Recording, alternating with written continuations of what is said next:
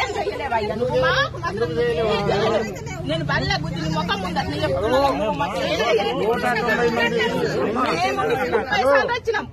190 మంది సమస్య ఉంది. స్పెషల్ కేసు ఇది.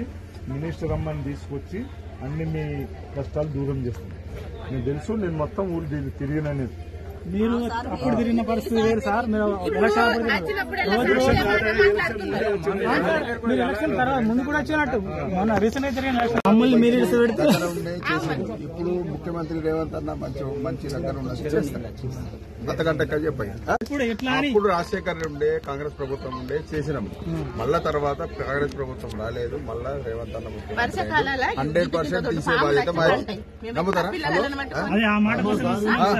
100% మేము మాట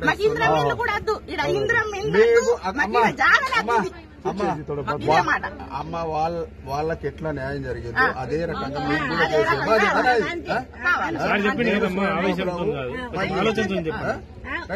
చేసే బాధ్యత నాది.